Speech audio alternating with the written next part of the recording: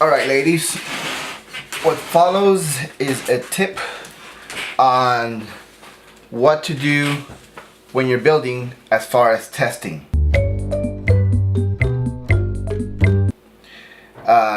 First of all, you want to test a couple times before you finish a build, but specifically you definitely want to test before you go and pin everything down. I like to do this in two steps. First, I like to test my PDB, and I do this before I put in the flight controller and all that stuff. I usually do it after I solder in the ESCs, the camera wires, and the VTX to make sure my PDB is good, and then I go and coat it. I usually coat my PDBs with silicone conformal coating. So I do that first, way before I'm even close to the end of the build. But before we even go into the last testing bit, I'm going to show you what you need. The first thing you need is to make sure to build one of these things. On RC groups, we affectionately call it a smoke stopper because it keeps you from smoking your components. But all it is really is a current suppressor.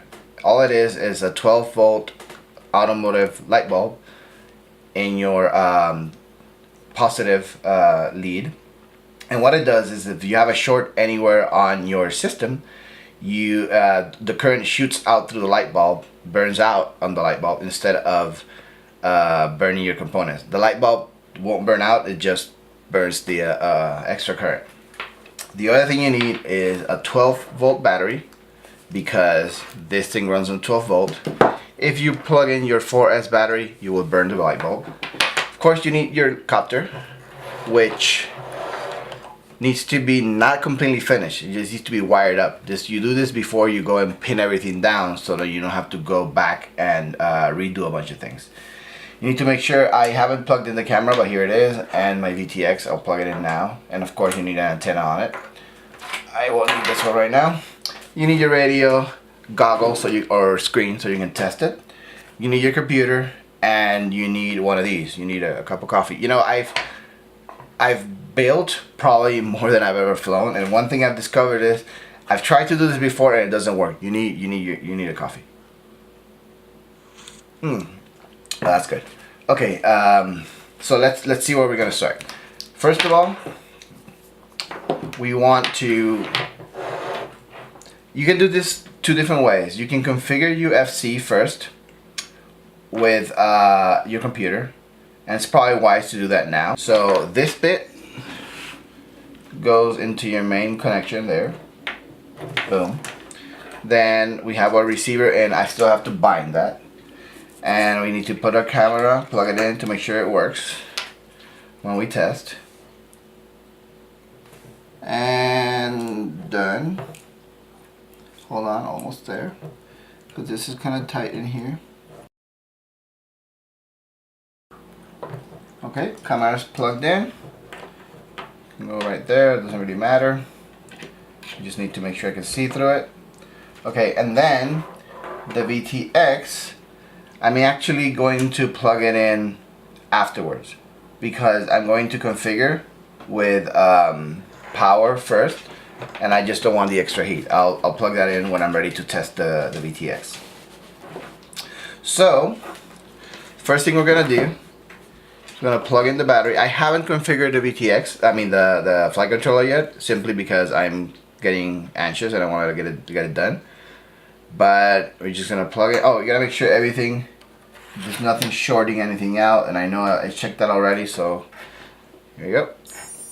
Okay, so I have lights on my flight controller, I have lights on my ESCs, I have a light on my receiver, and I don't have a light in the light bulb. If you have a short, that's gonna turn on. So now we just have to configure the radio, bind it to that, configure my FC, and then I'll test the VTX and then test everything together. If everything checks out and there's nothing wrong and everything works properly, then and only then will I go and coat the flight controller, which I also like to coat with silicone conformal coating both sides, but I like to do this after I test. And the main reason I like to do it after I test is because it really is a pain. You can solder through the coating, but it's just a hassle. You want to do that at the end, and that is the reason I test the PDB first. I test the PDB before anything else goes on, because if that works, I can coat it and leave it coated and not have to worry about it. When I test that PDB, I also test my camera and the VTX. I know I said I'm going to test that now, but I already know that works. In that first step, I test the camera and the VTX. This last bit is to make sure I didn't screw up anything else along the way, and also to test the flight controller. So now I'm going to go ahead, excuse me. Yeah. So now I'm gonna go ahead and bind the receiver, configure my model, and configure the FC, and do a final test. I'm not gonna put that in the video, so I'll come back later. Alright, so at this stage, I have configured my FC. I know that's good. I have bound my receiver to my Tyrannus here. And I know everything is in order. So just to do a final test, I am going to just test my goggles, test my video. So I'm going to plug this in. I know I still have to insulate that, so I gotta be careful it doesn't touch anything so I don't burn it up. But I am going to plug in. Telemetry recovered. Okay. Check my goggles. And I need to get the right frequency because I need to configure this receiver, this transmitter. So I'm just gonna do a quick scan with my LaForge, see if I found it. So I am seeing video, I am seeing my OSD data. I see my timer, voltage, which is good. Amperage and Mach consumed, excuse me. Stop! Okay, where was I? I am seeing Mach consumed, amperage. I'm seeing my OSD data, so that's all good. Okay, so that means everything is good. Now you'll notice if I actually power up,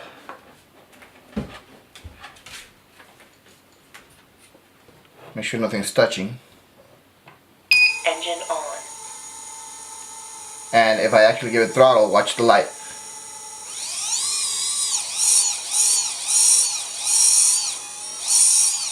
So that's because a lot of current is flowing through it now. Engine off. So at this stage, I know this is good. So I am actually going to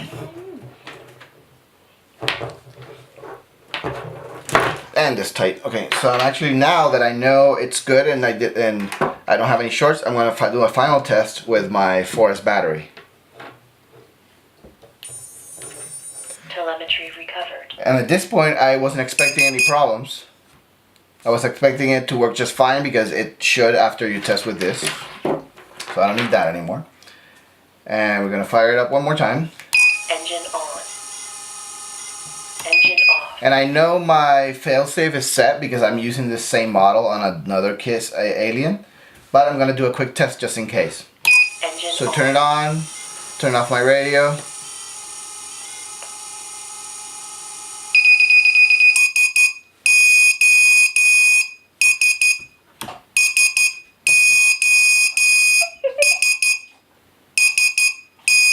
Engine off.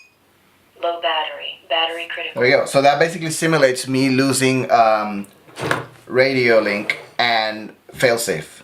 What happens during failsafe? And basically it did what it's supposed to do. Turns off the motors and I get my SOS beeps to find my quad, and that's it. Yeah, it's basically configured. So now that I know everything works, now I can go pin everything down, conformal coating on the FC, and tape everything down and get everything back together. And I know that after I'm done, I don't have to tear everything apart. If I skip this step, that means that if I have any problems, then I gotta have to tear everything apart and fix it.